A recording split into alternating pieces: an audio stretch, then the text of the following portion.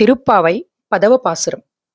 நோற்றுச்சு வர்க்கம் పొహిగిండ్ర అమ్మనాయ్ మాట్రముం తారారో వాసల్ తిరవాదార్ అని మొదలవుతుంది. దీని అర్థం తెలుగులో తెలుసుకుందాం. ఈ పదవ పాసురంలో నిద్రలేపబడుతున్న గోపిక చాలా విశిష్టమైనది.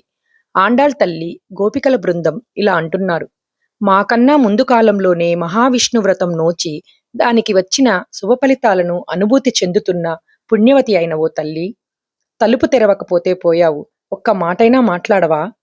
పరిమళ భరితమైన తులసిమాలను ధరించి రత్నఖచిత కిరీటధారి అయిన ఆ నారాయణుడు ఏమీ తెలియని మా వంటి వారు మంగళం పాడినప్పటికీ పరీ అను పురుషార్థమును ఇచ్చేటువంటి పుణ్యమూర్తి.